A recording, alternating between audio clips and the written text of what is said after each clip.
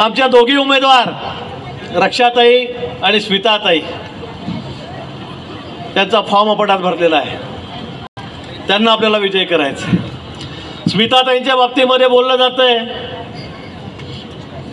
म्हणजे प्रचार किती आपण प्रचार करावा, किती आम्ही खाली चाललेलो आहोत, किती प्रचाराची पातळी खाली चाललेली आहे. स्मिताताईंबद्दल सांगितलं होतं ही बाई मराठा नाही, ब्राह्मण आहे. आता ही 96 कुळातली मराठा बाई, आता हिला सुद्धा तुम्ही ब्राह्मण करायला लागलेत. म्हणजे मतांचं राजकारण कसं, समाजाचं राजकारण कसं, समाजाने फक्त आम्हाला मतदान द्यावं, यांना मतदान देऊ नये, म्हणजे इतका खालच्या थराला.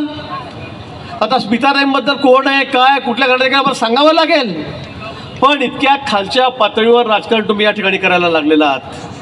आज या दोघी गुलाब भाऊंनी सांगितल्याप्रमाणे, अनिल भाऊंनी सांगितल्याप्रमाणे या दोघी उमेदवार नाहीत, आमचे उमेदवार मोदीजी आहेत, त्यांना मला मतदान करायचं आहे.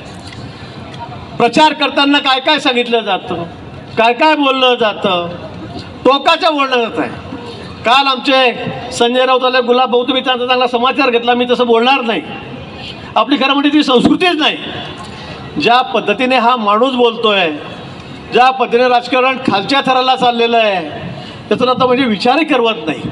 या माणसामुळे या राज्यातलं राजकारण ते कुठे चाललेलं आहे. सकाळ झाले की हा माणूस काय काय बोलतो, काय काय बडबडतो, म्हणजे कधी कधी वाटतं आधी कानात बोटं घालावे मग फक्त त्याच्याकडे बघावं, इतकी वाईट परिस्थिती आहे.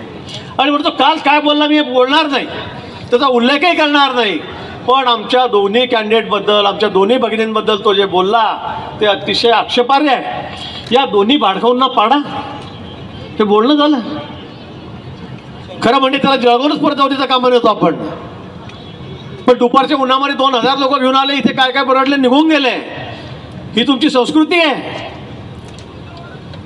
हे तुमचे विचार आहेत.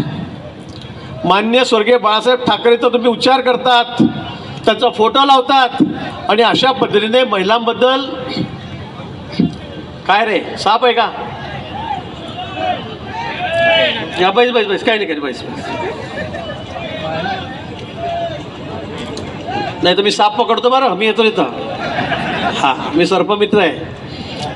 आणि म्हणून अशा पद्धतीने तुम्ही भाषा वापरतात. काय बोला तुमच्याबद्दल, मला तर वाटतं गुलाब भाऊ यांना आपल्याला उत्तर द्यायची गरजच नाही, कारण हा माणूस इतक्या खालच्या पातळीवर चाललेला आहे की याला उत्तर न दिलेलं बरं. अजून खूप दिवस बाकी आहेत, अजून 20 तारखेपर्यंत आपल्या अजून निवडणुका आहेत, महिना सव्वा महिना शेवटच्या मुंबईच्या निवडणुकीच्या घ्यायच्या आहेत. तोपर्यंत काय व्यासपीठावर उभं राहून काय काय शिव्या देतील, काय कोणाकोणाचा उद्धार करतील हेही सांगता येत नाही. याची मानसिक स्थिती आता खालावलेली आहे, बिघडलेली आहे सगळी मशीन त्यांची आता. आणि म्हणून दररोज सकाळ झाली की वाटेल तशी शिवीगाळ, याशिवाय ते काही त्या ठिकाणी करत नाही. आणि म्हणून मी तो ही निवडणूक ही काही दोन्ही उमेदवारांची नाही आहे, ही निवडणूक कुठली नातेवाईकाची नाही आहे.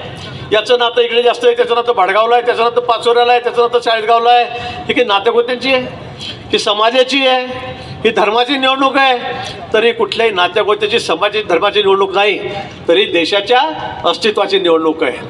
ही देशाची निवडणूक आहे. या देशाला आपल्याला महासत्ता करायचं आहे, या देशाला सुपर पॉवर करायचं आहे, या देशाला विश्वगुरू करायचं आहे. आणि त्यासाठी एकच इलाज आहे, काय आहे तो, या देशाला सुपर पॉवर कोण करू शकतं, राहुल गांधी करू शकतात. उद्धव ठाकरे म्हणे पंतप्रधान होतील, आता काय डोकं फुटते माणसाच्या पुढे.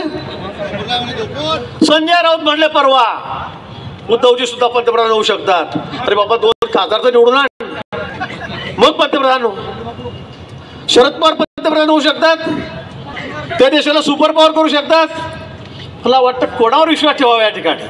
आणि म्हणून जगमान्य नेतृत्व आमच्याकडे, अख्ख्या देशामध्ये एकच नेतृत्व आहे, देशमान्य नेतृत्व आमच्याकडे, आणि ते म्हणजे मोदीजी, नरेंद्र मोदी. आम्हाला यावेळेला 400 पार जागा करायच्या आहेत, स्पष्ट बहुमत आम्हाला आणायचं आहे, 2/3 मेजॉरिटी आम्हाला आणायची पार्लमेंटमध्ये, आणि त्यासाठी आमची सगळी लढाई आहे.